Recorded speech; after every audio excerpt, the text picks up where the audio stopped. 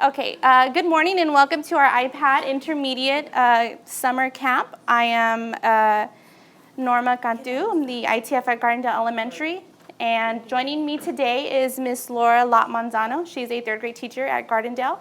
Miss Kimberly Jett, the software support coordinator at Technology, and Mr. Mike Trevino, the software support specialist. And so the four of us will be here today for about 2 hours, kind of guiding you through a couple things that we wanted to show you on the iPad so we can get ready for the upcoming school year. And so here are our learning objectives today. We've already covered our icebreaker. We're going to review some gestures on your iPad. We will talk about the difference between consumable apps and productivity apps. We will go over the SAMR technology integration model. We will join an Edmodo class, which I have created, and that Edmodo class will have all of the resources that I'm using today. So that way you can access those things outside of the course or outside of today's session. And then we're going to break out, and I'll give you guys about 45 minutes to an hour, depending on how it's going, to really review a couple of apps that we've selected, and you'll do some activities with those apps on your own, and then it'll be time to go. So let's get started. Okay, so reviewing tips and tricks on our iPads. Some of these things you might already know if you can just kind of follow along with us. There might be a few things that you didn't know. So let's start with taking a screenshot. When we're taking a screenshot on our iPad, what I'm going to do is I'm going to hold down my home button, which is the only button on my iPad screen. And I'm also going to hold down my sleep awake button, which is on top of my iPad. If I hold them down together at the same time once, you'll see my screen flashed. And if my volume was on, you would hear a shutter sound. That's taking a screenshot. And so once I've taken my screenshot, where my picture goes is if I exit out of whatever I'm in, I can go to my home page. If I open my photos, you'll see my camera roll the last two screenshots I took. And so here's the screenshot I just took. So anytime you have a photo or a video that you either are taking a screenshot or you're saving it from the internet or from an email, it's always going to save in your photos. So that's one way to access any kind of media that you're saving on your iPad is if you open your photos. All right, saving an image. Again, let's say I got an email with a photo that I wanted to save. How to save it? If I hold my finger down over the image, if I hold it down for a few seconds, you'll see these two options will appear. It's going to say save or copy. And so if I save the image, again, it's going to save in my photos. If I copy the image, just like if I'm on a computer, it's going to save to my clipboard, and it's going to wait until I tell it to paste somewhere. So I'm going to go to Safari, just so I can really quickly show you how to save a picture. I have this picture that I had already pulled up. And so what I'm going to do is taking my finger, I'm going to hold it down over the image, and you see my two options. I can save it or I can copy it. So I'm going to save it. I'm going to go back into my photos, and you'll see it appeared here at the bottom of my camera roll. And so here's my photo. Or not. There we go. So how to save it one more time? I'm going to hold my finger down for a few seconds over the image, and I'll see one of these two options. So you don't necessarily have to be in Safari. I'm just using that as my example. I can save it, which will save in my photo roll, or I can copy it.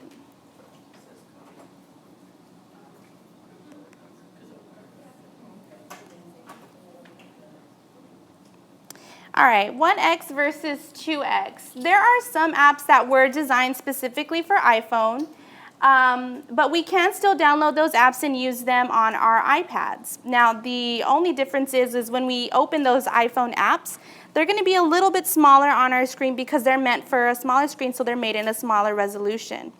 And so what I can do is the apps will come with a little 1X, 2X button or select icon that I can select. And that will just kind of double the size, the 2X. So what I'm going to do is I'm going to open up an app that was designed specifically for iPhone. So I have this app right here, Croquet. And so as you can see, it's really small on my screen. I don't know if you can see on the screen here, but at the bottom I have my 2x option. So I can tap 2x, and now it's double the size. So now it's taking up my whole screen on my iPad. When you're searching for apps in the App Store, it's going to default to search only for iPad apps. And so you might not run into this very often unless there's a specific app that you know about that you're looking for that was made just for iPad. All right, our lock screen rotation. So what I'm going to do is I'm going to go into my settings. So I'm going to go to my home screen. I'm going to go into my settings. And on the left-hand side, I'm going to go to General. So when I'm here in General, there are a ton of options that I can change. But what I'm going to work on right now is my side switch. So if I scroll down just a little bit, you'll see Use Side Switch To. I can select lock rotation or I can select mute. And so this is my side switch right here. It's on the side of my iPad next to my volume. This is my side switch. And so your side switch can control two different things. It can lock my rotation, or I can have it mute. And so right now I have it selected to mute. So when I move my side switch over, you'll see now it's muted my iPad. So it's on now. If I can move it over to mute it. Or I can have it lock my rotation. And what that means is if my rotation is unlocked like it is right now, as I'm moving, you'll see my screen moves with me. And so I'm going to lock mine because I don't like to walk around and move and it's shaking with me. I like for it to be in one spot. So I'm going to have my side switch control the lock rotation. So whatever I assign my side switch to lock, the other is going to be available in my control center. And so my control center, let me pull that up really quickly just so I can show you. If you pull on the bottom of your screen up, this is your control center. And so I have my side switch controlling my lock rotation, and I want you to look at the icons that are available to me in my control center. You see on the right-hand side, you'll see my little bell with the cross sign. That's my mute. I can mute it from here. And so if I had my side switch control my mute, you would see my lock rotation here. So whatever you tell your side switch to control, the opposite will be available in the control center. So you'll always have quick access to either or.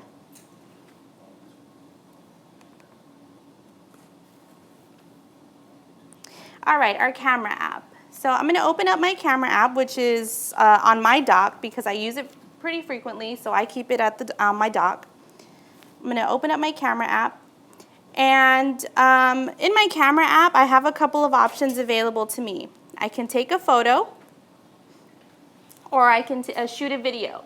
And so right now I'm in photo mode. I can take a picture in this where I'm at right now.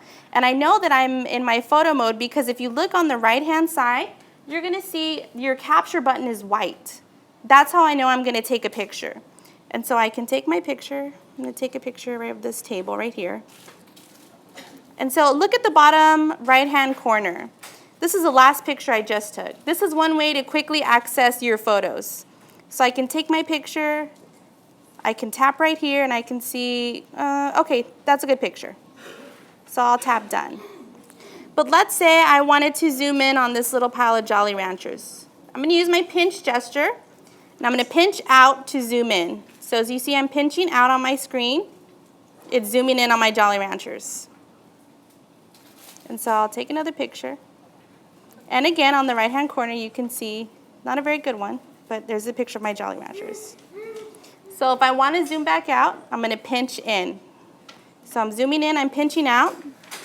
Zooming out, I'm pinching in. It's kind of opposite. Okay, if I want to shoot a video, what I'm going to do is using my finger, I'm going to gesture, I'm going to swipe down. And now I'm in camera mode. And I know I'm in camera mode because you'll see my capture button is now red. And so I'm going to turn my video on. And I know I'm recording because look at the right-hand side. My options are gone. All I see right now is a blinking red light and my timer. That's how I know I'm recording a video. So I'm going to stop it. And you'll see I've stopped, so my options are available to me again.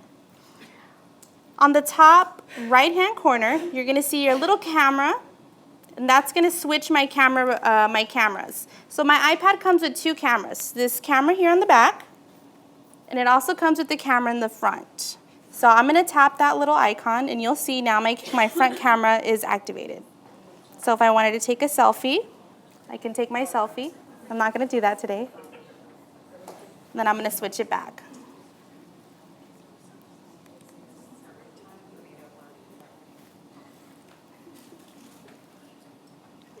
All right, changing our background image. I'm going to go back into our settings.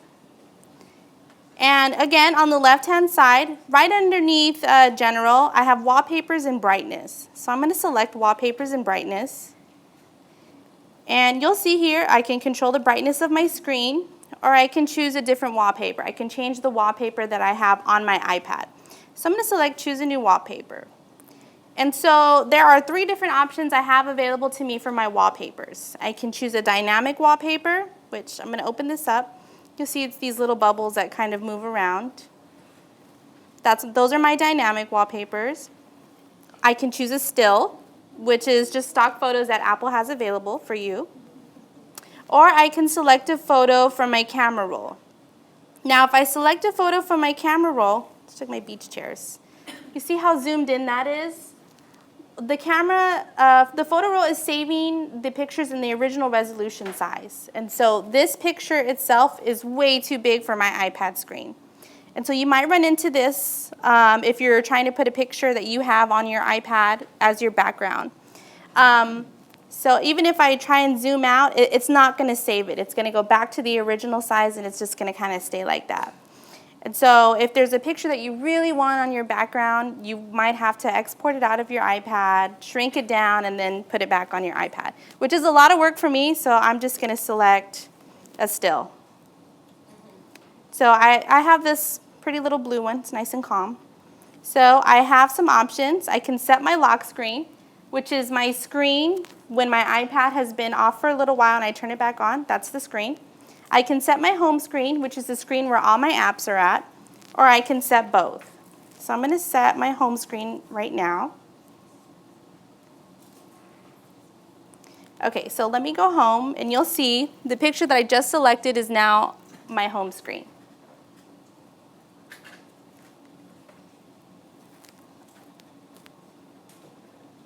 All right, here are some tips on how to preserve your battery life. So let's go back into our settings here.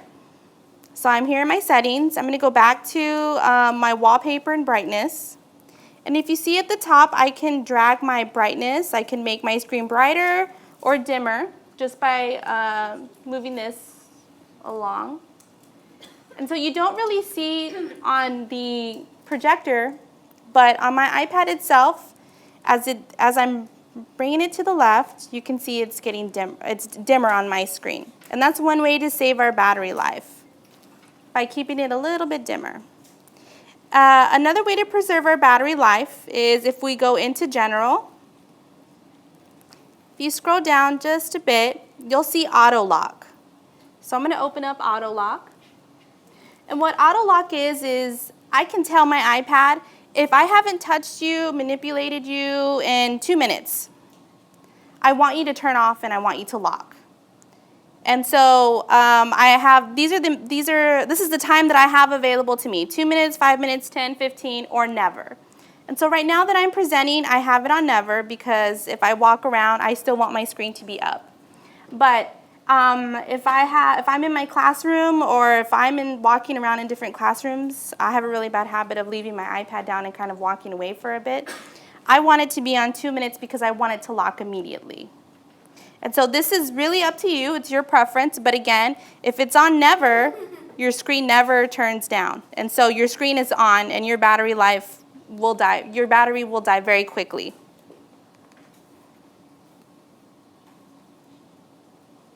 All right, closing apps. If you're like me, I open up an app, I get out of it, and I never go and really close the app. So there's always tons of apps open in my background. And so how to make sure that we're really closing our apps is if I double tap on my home button, I'm going to double tap. And you'll see now I can kind of toggle through all of the apps, everything that I have open, which This actually isn't a lot. I usually have a lot more open. And so I want to close my apps. So what I'm going to do is I'm going to take my finger, I'm going to place it on the app, and I'm going to move up. And that's going to close my apps. So again, I'm going to hold my finger down on the app, and I'm going to gesture up. And you'll see that I'm closing my apps. And this is also another way to kind of toggle between apps that you already have open. So if I'm using multiple apps at a time, I can just double tap on my home button. And I can go back to whatever it is that I want to go back to.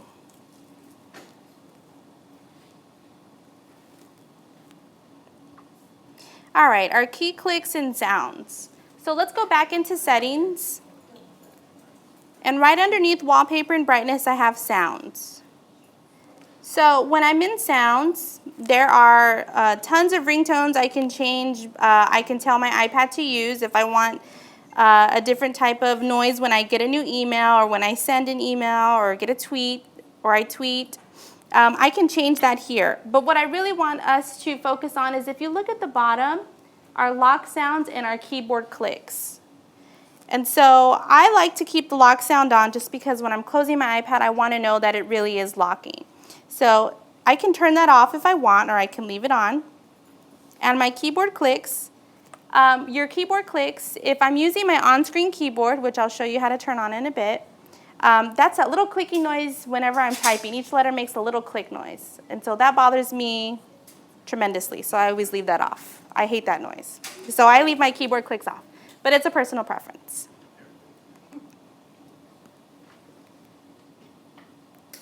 All right, let's see. Exporting or sharing.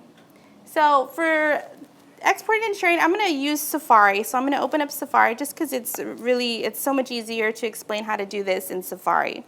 If you look at the top left-hand corner, you're going to see a little square with an arrow pointing up. And that's my universal Apple, I want to share something. I want to send this somewhere. I want to share this with somebody. So I'm going to tap on my little export sharing button. And these are the options I have available to me. I can airdrop it to somebody. I can send it as an iMessage. I can email it. I can tweet it. I can share it on Facebook. I can save it. I can add it. I can bookmark it. There are all kinds of options I have available to me. So let's work from the top and we'll go down. So at the top, the first option I have available to me is airdropping. And what airdropping is anyone that's in the room with me that has airdrop on, I can see them. And so I can share this with you. So I'm going to share this with Scott. So what I'm going to do is I'm going to tap on his name. And he should get a little an alert that pops up that says, my iPad would like to share with his iPad. And it'll give it a little, I guess, a little screenshot of what I'm trying to share. So if you have your AirDrop on and open to everyone, anyone that's within the range of AirDrop will be able to share something with you. Now, you still have to accept it. So that doesn't mean that leaving your AirDrop on leaves you open to people hacking your iPad. That's not what AirDrop is. AirDrop is just an easier way to share something without emailing it or sending it via iMessage. And if I share, it pops up. If I'm sharing like a website, it'll just open up and then it's up to you if you want to save it or not. It won't save it. If it's a picture, it will save in your photos. And so he declined, so he didn't want to accept my beach chairs, and that's okay. So let me show you really quickly how to turn that off or how to limit your AirDrop. So I'm going to take my finger from the bottom of my iPad. I'm going to pull up. We're going to go back to our control center. And towards the middle on the left-hand side, you'll see AirDrop. And so these are your three options. I can completely turn it off, meaning no one can share with me. I can have my contacts only, meaning only if you're a contact can you share this with me, or I can leave it open to everyone. Now, this is completely up to you how you would like to leave your iPad. I leave mine open to everyone just in case there's something somebody wants to share with me. So I'm going to close my control center by just dragging down. I'm going to go back to my export, my share. Now, what I wanted to cover is if you look at the bottom, the third row, kind of scroll a little to the side, you'll see Add to Home Screen. And so if there's a website that I frequently use all the time and I want to kind of bookmark it or I want to save it as a favorite on my iPad, I'm going to tap Add to Home. Then I can tap Add. And what it does, excuse me, is you'll see now I have a little icon on my screen. That's a link to the website I was on. And so I can tap it and it's going to open up that page anytime. So if there are websites that you use a lot that don't have apps, you can save these on your screen, and you can save these on your home screen, and it's just a quick access to them. Or I can just add it to my bookmarks. I can save it to, which is kind of like saving it to my favorites, and it'll be available on the on the right-hand side. There are my bookmarks.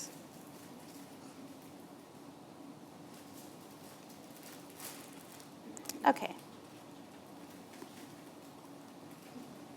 All right, we just covered bookmarking. All right, let's go back to our control center. I know I've kind of talked about it. I've referenced it a few times. So let's take our finger from the bottom of our screen. We're going to pull up, and we're back here in our control center. And so when I'm in my control center, it's just one way to quickly access some options that I might use a lot. So we'll start from the right and we'll go to the left. On the right-hand side, you'll see I can quickly access my camera. I can quickly access my clock, which I use a lot in classrooms. We use timer a lot.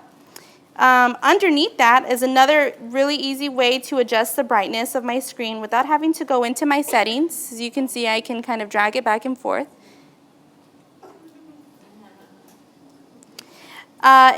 In the middle, on the top, I have my mute. Since I told my side switch I want you to control the lock screen, now my mute is here. Next to that, I have my do not disturb. And what the do not disturb is, it's like a little moon. It's kind of like telling my iPad, I'm asleep right now, so don't make any noises, don't vibrate, don't do anything, but stay on. In the middle, I have my Bluetooth. Please don't select your Bluetooth because your keyboard will disconnect, so we won't go there yet. I also have my Wi-Fi signal.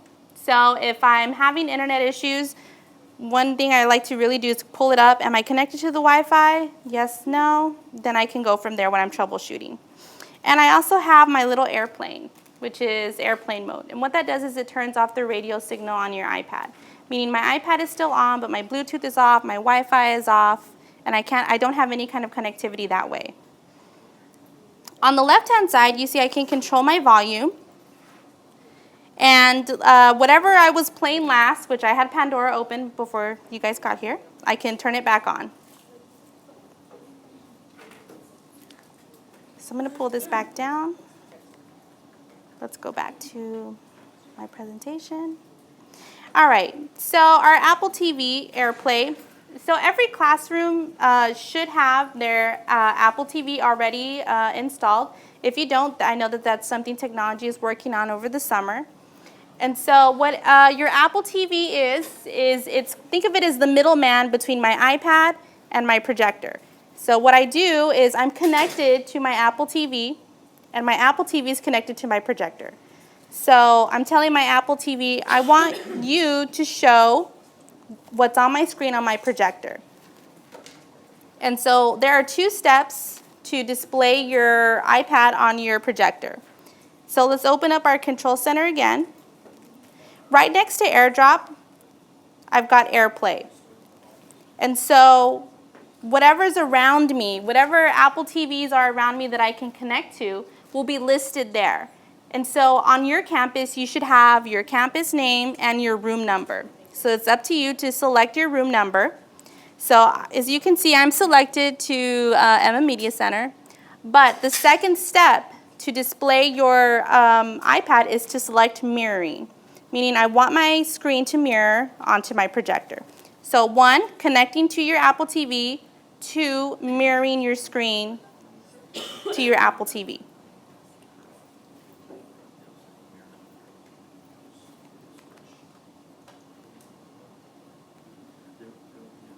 All right, our keyboard basics.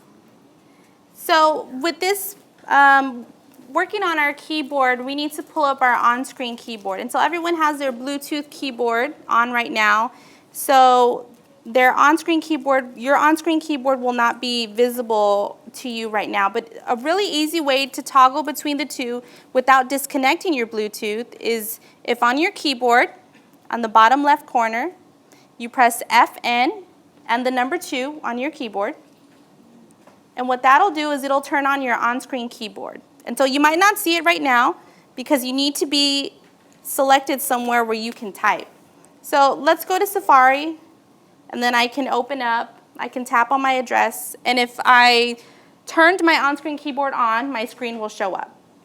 And so to toggle between your Bluetooth keyboard and your on-screen keyboard, it's going to be FN and the number 2. And I know it's my on-screen keyboard is selected because when I tap on anywhere that I can type in, my screen will come up, or my keyboard will come up. And so here in my keyboard, if I look towards the bottom on the left-hand side, I see period, question mark, 1, 2, 3. That's where I'll select my second keyboard, which is my numbers and some symbols. On top of the ABC, you've got the pound sign, plus sign, and the equal sign. That will activate my third keyboard. And so I can toggle between the 3 of them by you tapping, again, 1, 2, 3, or ABC. And I want you to look at my keyboard here on the screen. If you look at the bottom left, I have kind of like a little spear. Does everybody have that? Not everybody has that. And I have that because I've installed a second keyboard on my iPad. So if I hold my finger down, I can go between the keyboards that I've installed. So I have the emoji keyboard and I have the Spanish keyboard.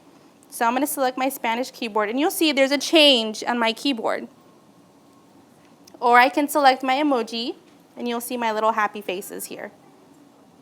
And so let me show you how to install these different keyboards. So let's go back into settings. If I'm in general, I can kind of scroll down, kind of towards the bottom, and I'll select keyboard. Once I'm here in keyboard, I can tap keyboards one more time. Now, these are the 3 keyboards I have installed on my iPad. I have English, emoji, and Spanish. So I'm going to tap add a new keyboard. And these are all the keyboards that Apple has available to you to install on your iPad. So right now I only have these 3, English, emoji, and Spanish, because these are the 3 keyboards that I use, or I would use frequently. So I'm going to add a couple of keyboards. It's just as easy as tapping, and there's your keyboard. And so let's say I have all of these keyboards installed, and I say, you know what, this is just way too many. I'm not going to use any of these keyboards. If you look at the top right-hand corner, you can tap Edit. And now I can tap on my little red circle, and it will delete it.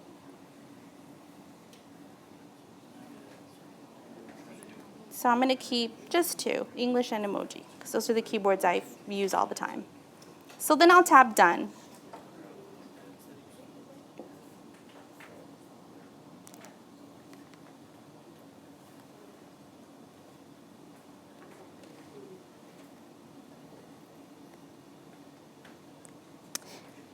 All right, let's go back into Safari.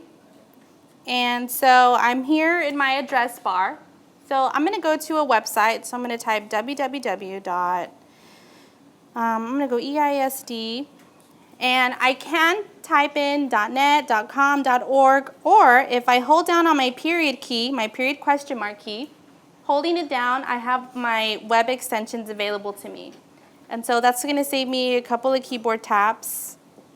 But it's just one way to kind of speed up your search process. So I'll tap .net and go, and here I am on my website.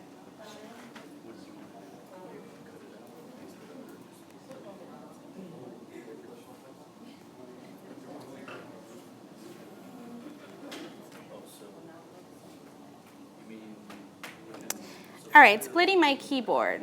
So I'm going to go back into Safari again, just because it's easier. I'll tap on my address. So now I have my on-screen keyboard active. And so if you can see, it takes up about half of my screen. And that's just, it's too much. It's very overwhelming. So I want to make it a little bit smaller. So what I'm going to do is using my pinching gesture, I'm going to pinch out. And now I've split my keyboard. And so, oops, sorry. So if I'm walking and I'm talking in class, I can still type on my iPad just with my thumbs. It's so much easier to type. And my whole screen is available. Well, not the whole screen, but way more than when I have the keyboard together. Because again, it does take up about half of my screen. And so if I want to bring it back together, I'll just pinch the two back together. So pinch out to separate it and to bring it back together.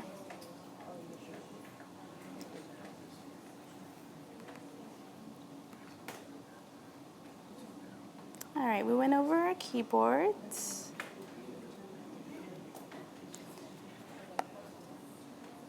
All right, we're going to start talking a little bit about the difference in apps when we're using apps in our classrooms. And so the App Store has just millions of apps. I want to say it was over 1.4 million last time I checked, and that was sometime in May. And so Apple does categorize these apps into, it puts them in the categories. You've got your fitness apps, you've got your productivity apps, you've got your educational apps. But even when you go into the educational apps, there are just tons of apps.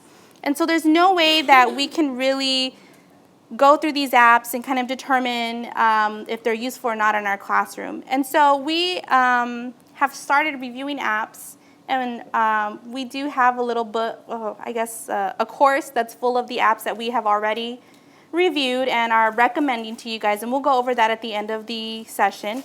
But when we're reviewing apps, we like to categorize them into two different categories, consumables and productivity.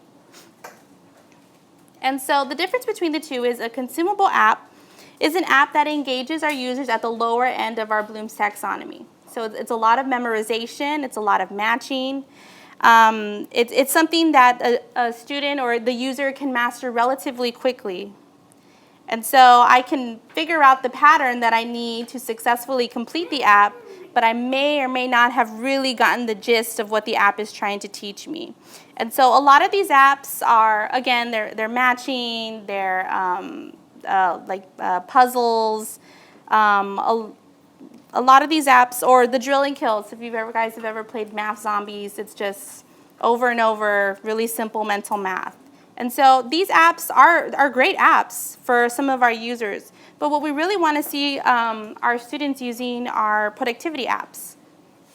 And so what a productivity app is, it's an app in which the user creates something. So the main difference between the two is a consumable app, I'm locked in the app and I don't produce anything. Productivity app, I'm using the app to make something. Whether I'm using a GarageBand app to create a jingle or I'm using the iMovie app to create a movie, I'm taking an idea and I'm creating something with that. So I have an end product that comes out of my iPad. And so here's really quickly the difference between the two apps. So I've got, again, some matching apps. Really more the elementaries might recognize some of the Starfall apps, the ABC Mouse apps.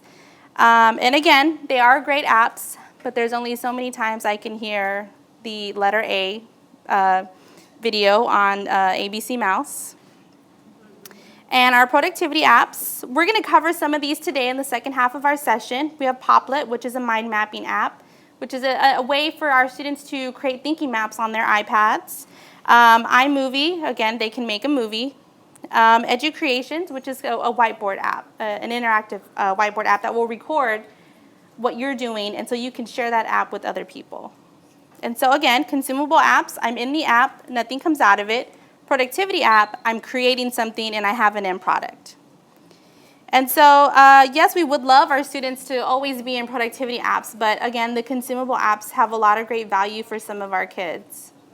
And so when we're lesson planning and trying to come up with different ways to incorporate our iPads into our lesson plans and into our daily routines, we want to use our SAMR model, which is our technology integration model. I'm going to show you a really quick video about the SAMR model, and then we'll briefly cover it.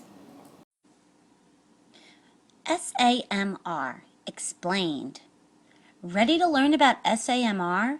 We're going to focus on the 5 W's to help you learn all about it. So let's get started. Who created SAMR? Well, it was made by Dr. Ruben Puentedura. He's the founder and president of Hippasis, a consulting firm in Western Massachusetts. He regularly explores mobile computing, digital storytelling, learning analytics, and educational gaming. Well, what is it exactly? SAMR stands for Substitution, Augmentation, Modification, Redefinition. It's a model designed to help educators integrate technology into teaching and learning. The model aims to enable teachers to design, develop, and integrate digital learning experiences that lead to high levels of achievement for students. So, in other words, it's a model used to select, use, and evaluate technology to use in your school or classroom. S stands for substitution. At this level, technology acts as a direct tool substitute with no functional change. Teachers are using technology to replace traditional tools. For example, instead of having your students write out an essay by hand, you allow them to use Microsoft Word or Google Docs. The task of writing the essay is exactly the same, but the students are using a technology tool instead of a writing utensil. A stands for augmentation. Here, technology acts as a direct tool substitute with some functional improvement. For example, when students create an assignment on Google Docs, instead of having to print it out and share it with their teacher, they can share it via email. Or instead of taking a paper and pencil quiz, students complete a quiz on Google Forms. Students receive immediate feedback on the score. M stands for modification. In this part of the model, technology allows for significant task redesign. This is the first step in the model where the traditional tasks happening in the classroom begin to transform. For example, adding comments and collaborating on Google Docs provides immediate feedback for students. R stands for redefinition. Technology allows for the creation of new tasks previously inconceivable. You'll see a lot of collaboration, discussions, and creating with technology in this part of the model. For example, a classroom is asked to create an ebook on a curriculum topic. Groups are assigned to work on subtopics. Heavy collaboration occurs, research is conducted using various sources, and students use an app to create the ebook with embedded videos, photographs, and audio. The final ebook is posted on the classroom website for parents, administrators, and others to view. Well, where should the SAMR model be used? Any place where learning occurs, such as the classroom, school, or library. Well, when should teachers refer to the SAMR model? Anytime you're planning for your lessons, reflecting on previous lessons, or when a new piece of equipment or software is placed in your classroom. Well, why should teachers refer to the SAMR model? Kathy Schrock created a great infographic to show the comparison between the SAMR model and Bloom's taxonomy. Essentially, students should work their way up the model, with the highest goal being that students advance their learning in a transformational manner. As they work their way up the model, students are using higher order cognitive skill levels. Here's some apps that correlate with each level in the SAMR model. Please note that some of these apps could fit into more than one category.